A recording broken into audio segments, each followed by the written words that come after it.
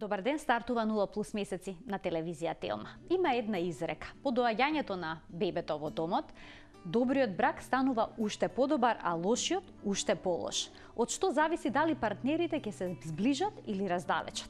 На оваа тема денеска ќе зборуваме со Наташа Пачовска, клинички психолог, психотерапевт од Институтот за брак, семејство и системска пракса Алтернатива. Добре ни дојдовте. Добре ве најдов, добар ден за гледачите на Телма телевизија и драго ми е што сум тука и ќе разговараме на оваа тема. Мощна и интересна. И сега ќе ви кажам од каде ми е всушност мотивот да ја отворам оваа тема. На едно од групите за родителство на Facebook, една мајка имаше поставено пост дека е измачена од обврските со бебето и го постави прашањето дали единственото решение е развод, бидејќи немала никаква помош дома. И тука следеа лавина коментари, жени кои што се чувствуваат исто. Па затоа одлучив да проговориме како бракот да се подготви за бебе. Дали е сето тоа возможно, дали сето тоа треба да започне уште во периодот додека е жената трудна.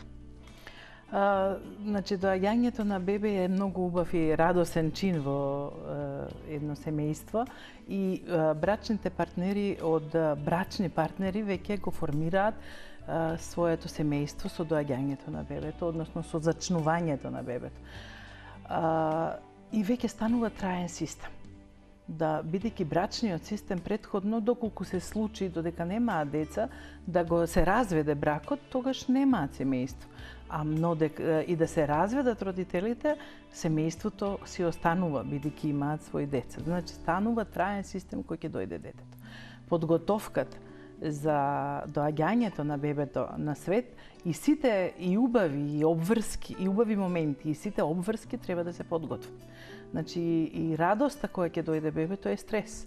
Нели, првиот ден кога ќе се роди бебето се слави и семејството истовремено има многу едни силни емоционални чувства кои што стресно делуваат на организмот, исто како што може да делуваат и негативните чувства. Подготовката е неопходна за да се зацврстува бракот од една страна, да се одржува таа брачна релација, партнерска релација добра од една страна и од друга страна да се изгради таква атмосфера во домот за да во растот и развојот на детето да емоционалното приврзување со родителите да овозможи негова емоционална сигурност, бидејќи детето од 0 месеци или од 0 денови, да речеме од прв ден, учи за светот преку своите родители. Така, дали се препорачува супругот да присуствува на породувањето? Во некои земји тоа е практика, кај нас не е така честа, но дали тој момент можеби би довел до поголемо зближување во некои ситуации, сега зборам, во многу често најголема радост е бебето и бракот станува уште подобар, но има и приказни каде што се е поинаку. Чинот на раѓањето на бебето е тежок за мајката, по природен пат, да кажеме, кога е она свесна, кога не е под анестезија или нешто слично, и тоа е моментот или таквиот тип на пораѓај кога другиот родител може да присуствува. Со самото доаѓање на бебето, колку и да е, да речеме, тој чин тежок, уствари овозможува да двајцата родители се подготвуваат и на тежината и обврските на доаѓањето на свет на бебето, односно поготово ако е присутен другиот родител, односно таткото, веќе друга е тежината со која што доживува на доаѓањето на свет на бебето. Значи, споделува заедно со мајката токму и тој момент, секако не ги чувствува болките, но емоционално потполно исто и да кажеме слично го доживуваат целиот тој момент. И болката и убавината од сето тоа. Колку често жената после породувањето се менува драстично како личност, односно сите нејзини интереси не се насочени кон грижата на бебето, па заборева да биде сопруга, таа станува само мајка во даден момент. Како тоа се одразува на бракот? Значи, природно е тоа да тогаш и хормоните, нели, кои што се лачат заради лачењето на млекото и така натаму, инстинктот на мајчинството е многу посилно. Природно е да жената станува повеќе мајка и нели имаме ние и традиционално одредени обичаи заради кои што се потенцира дека мајчинството во тие први 40 дена, за кои што нели велат 40 дена мајката и бебето треба да бидат постојано дома заедно и така натаму. Тоа се традиционални обичаи, но си има зошто се поставени така, а тоа е за да целосно се како примерен објект мајката емоционално приврзе со детето и детето емоционално се приврзе со мајката. Факт е дека промената е и на телото на жената настанато и сега треба време за да телото на жената се адаптира на новонастанатата состојба, физичка состојба наистина. Така да се случуваат многу промени и на физички и на емоционален план кај мајката. Многу партнери, откако ќе дојде бебе на свет, забораваат на бракот. И всушност, бидејќи има тука многу обврски, сладки маки, кои што кажуваат, народот вака знае да го каже природно, мислам народно. Зошто се сладки маки? Затоа што со доаѓањето на свет на бебето многу обврски се и за негувањето и понатаму за воспитувањето на детето, затоа што и првата година од животот исто така воспитниот процес тече. Мајката е воглавном, бидејќи во најголем број случаи во нашата култура, мајката е таа која што е на боледување ако работи, значи 9 месеци, 8 месеци она е со бебето и очекувано е дека она ќе биде подолго време со бебето, подолго време ќе го негува, подолго време ќе може да воспоставува посилен емоционален контакт и така натаму, така да од друга страна нејзиниот партнер, односно таткото на детето, може да се почувствува запоставен, бидејќи мора да оди на работа, во тој временски период не е нити со својата сопруга, нити со своето дете. Значи, и некаде кога ќе дојде дома, ја гледа блискоста и емоционалната приврзаност на бебето и мајката и некаде се чувствува како да е он запоставен, како да е трет во тој систем и така натаму. И тука сега има потреба од една осетливост или респонсивност и на мајката и за својата улога сопруга и за својата улога мајка, да има еден добар баланс, но исто така и од страна на таткото. Како се решаваат овие ситуации? Потребен ли е разговор дома, доколку еден од партнерите не го препознава ова? Како да се реши? Доколку еден од партнерите не го препознава, ќе настанат многу потешкоти. Токму заради тоа што нема да се разговара, туку ќе се влезе во нешто, во предпоставки. Во предпоставки дека она мене не ме сака штом толку време се посветува на бебето, па дури и бебето кога спие, она легнува и заспива, не се почитува тоа физичкиот умор кој што жената го чувствува. Од друга страна, пак во ноќните сати може дете да станува, почетокот нели на неговиот раст, често се присутни различни потешкоти и тегоби, значи во тој период на адаптација може да се случи да станува бебе, нема ритам на спиење, за да има цврст тон и мајката целосно да се одмори.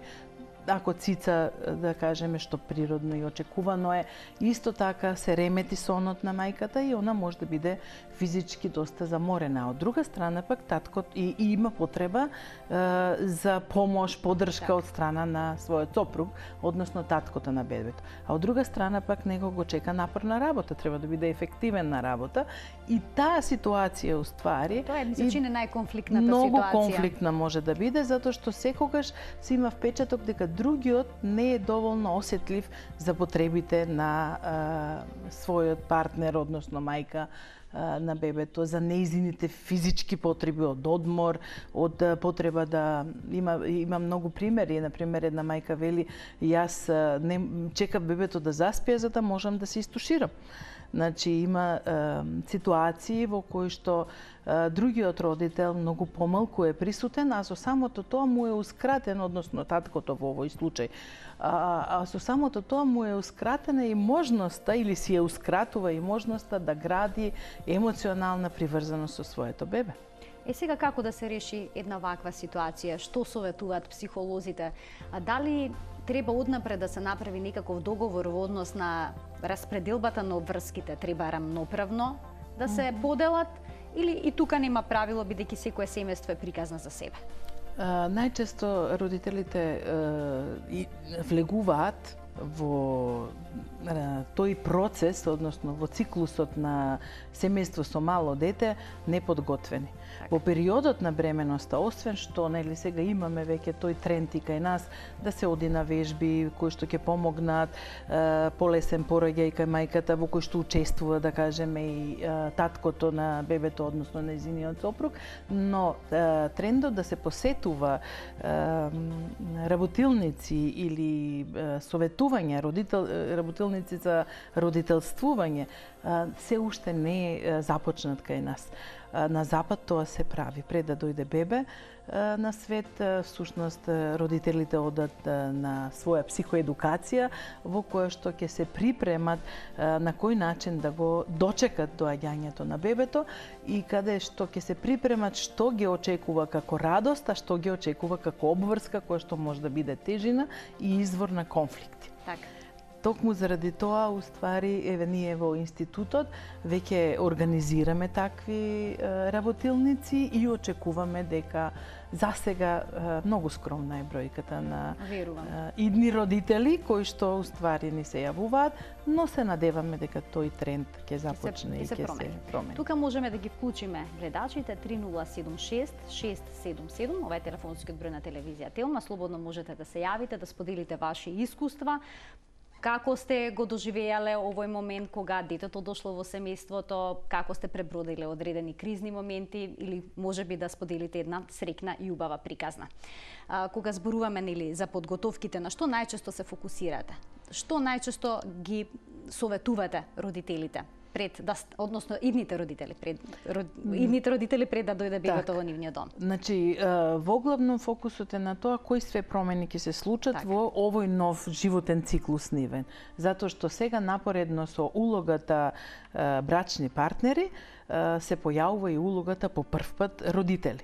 Улогата родители е убава улога, меѓутоа освен што е вака многу убаво звучна, носи многу обврски.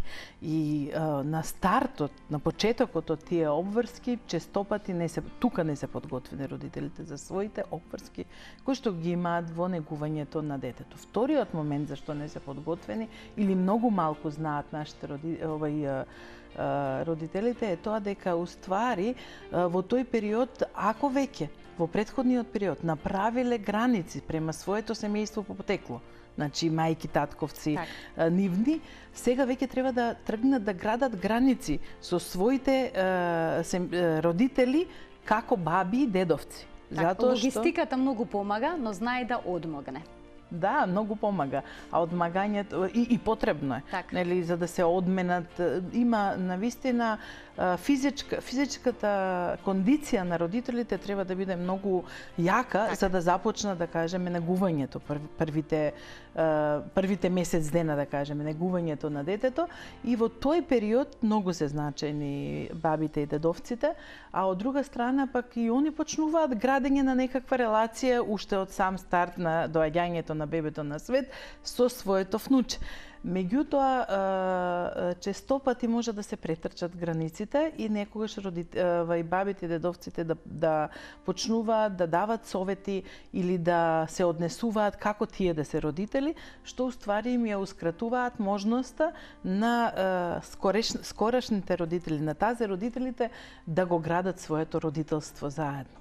И тука има мојата мајка, ова каже, твојата мајка тоа кажат, вака треба да го бањаме, онака треба да го држиме детето и така натаму, што често пати како вредности може да бидат различни од две семејства. Например, во едното семејство да има вредност бебето, ако заплаче, веднаш да се појават, да бидат тука околу него, да го дигнат и така натаму, во другото семејство да се приближи мајката, да му зборува, но не мора да го подигне. И тука е исто значено подготовката на родителите за тоа дека кога бебето ќе заплаче, дека тоа такав комуницира со родителите и дека тоа не мора да значи по секоја цена дека некогаш нешто му недостасува. Брзо родителот кој што останува со бебето првите месеци постојано преку цел ден и да рекажеме цела ноќ со него, стануваат респонсивни за тоа зашто плаче бебето. Дали е тогаш гладно, дали е тогаш мокро, дали тогаш сака да зборува едноставно, да гуга, да му се зборува и така натаму. Значи му треба близината на родителот.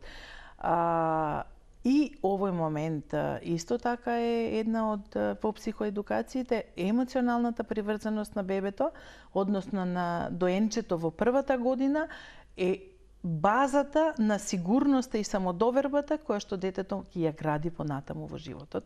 И за тоа уствари посебно подготвуваме работилници за емоционална приврзаност или атачмент на родителите, колку е значено и да и двајцата родители еден на друг си даваат поддршка за да изградат да тоа бебе изградат сигурно емоционално приврзување и потоа во иднина да имаат сигурно дете покрај себе. А што е со преморот? Дали преморот го менува емоционалниот однос меѓу партнерите? Кога некој е физички преморен, прво е помалку толерантен. Значи сите тоа го знаеме, од било што да се премориме сме веќе пониско толерантни. Тоа значи дека што и да се појави во разговорот кој што погрешно ќе се интерпретира од страна на еден од партнерите, може да настане конфликтна ситуација. Сега тука другиот партнер или родител исто така треба да биде доволно осетлив за физичкиот премор на мајката, односно таткото, ако во таа ситуација е, и да се овозможи да се одмори. Физичкиот премор може да биде во исто време и кај двајцата присутен, и во таквите ситуации добро е да се има логистика, како што велите тие, да бабите и дедовците бидат вклучени или да направат распоред кој кога ќе се одмара. Меѓутоа, морам да ви кажам дека во првите месеци, првиот месец, во периодот на адаптацијата, во периодот кога физички најмногу се премаруваат родителите и двајцата, немаат време за партнерството. И тука забораваат веќе да го негуваат партнерството.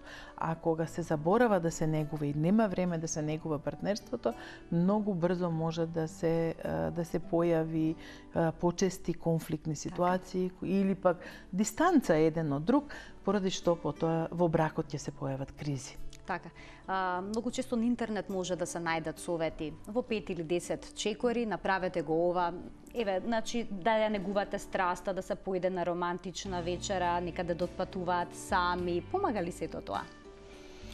Помага, меѓутоа треба бебето некому да му го оставите или да оставите Затоа и ви го постави или да оставите млеко во нереално. фрижидер, ако да пример бебето се дои. Така да некогаш е тоа невозможно, убави се советите, меѓутоа не се веројатно прилагодени да во отиби има бебиња кои што, да речеме, цицат или се дојат повеќе од година дена. Тоа е препораката и на педијатрите во последно време, дека природното млеко, односно мајчинското млеко е најздраво и уствари го расте имунитетот на бебето, и тоа е нешто што всушност ја врзува мајката за бебето и да сака да отиде на викенд повторно, треба и бебето да си го земе со себе. Промените се во ред, меѓутоа пак промените од друга страна може да се случат да направат промените временски, зборувам, климатски. Ако се отпатува некаде со себе, може да направат па други проблеми. Климатската промена, да бебето да биде осетлив на тоа климатска промена, па да се појават одредени настинки кои што дополнително ќе усложнат состојбата или ситуацијата на негувањето на бебето, физичкиот замор кај родителите. Ќе го дуплира. И така натаму. Има едно истражување во Шведска кое што покажува дека дури третина од брачните двојки се разделиле по доаѓањето на бебето во свет. Исто продолжува тоа истражување, покажува дека отсуството на сексуалниот живот е една од главните причини за криза во бракот. Зошто физичката љубов паѓа во втор план? Интимните, предпоставувам дека тука е клучен. Интимните моменти, уствари, помеѓу партнерите, не може да се одвиваат така како што се одвивале претходно кога немало дете, кога не било тука детето. Затоа што партнерите можат и да тргнат да го негуваат, значи треба да се адаптираат сега на нешто поразличен начин на негување на интимат. Заради тоа што или на сексуалното живење, заради тоа што таман ќе тргнат во таква интима, во таква нежност или може да се случи бебето да се разбуди. Па тоа понатаму да донесе различни, да кажеме, чувства кои што поврзуваат кај било кој од партнерите, кај едниот партнер да има чувство на вина, кај другиот партнер да има фрустрација и чувство на лутина, кој што од друга страна ќе донесе повторно до дистанцирање или силна конфликтна релација. А чисто пати жените не се чувствуваат доволно привлечно, бидејќи имаат накачано килограми и така што тоа е еден комплексен процес. Доста комплексен е, заради тоа што пак не само што тие се чувствуваат дека не се пожелни како жени или не се женствени доволно, истовремено и нивните партнери тука можат да кажеме да е лоша целата ситуација ако тргнат да зборуваат како беше пред тоа или колку си сега заоблена и така натаму, и сето тоа да ја намали уствари, да го намали чувството на женственост кај жената и со самото тоа да се случи да сексуалниот живот нивен страда. Така, значи да заокружиме на крај, потребно е да се подготвуваат партнерите уште пред доаѓањето на бебето за родителство. Пожелно да ги посетуваат работилниците. Пожелно е да ги посетуваат, затоа што така веќе ќе голем дел од работите ќе ги знаат, барем, ќе ги знаат, а потоа ќе ги искусат. Кога ќе ги знаат, можат да зборуваат и да се договараат. Така, тоа е важно. Да се зборува и да се договара. Затоа што успешното родителство овозможува и убавата емоционална блискост и врзаност со детето ќе овозможи да утре имаат, дека ќе развијат, ќе дадат база за сигурно дете, развој на сигурно дете. Што е најважно? Најважно е така. Ви благодарам што бевте дел од 0N+, ке се видиме повторно. Ви благодарам на вас. Тука го заокружуваме денешното издание. Секако можете да не следите секој работен ден во рамки Нутринската на Телма во редовниот термин од 12 до 12:30. Ви посакувам пријатен ден.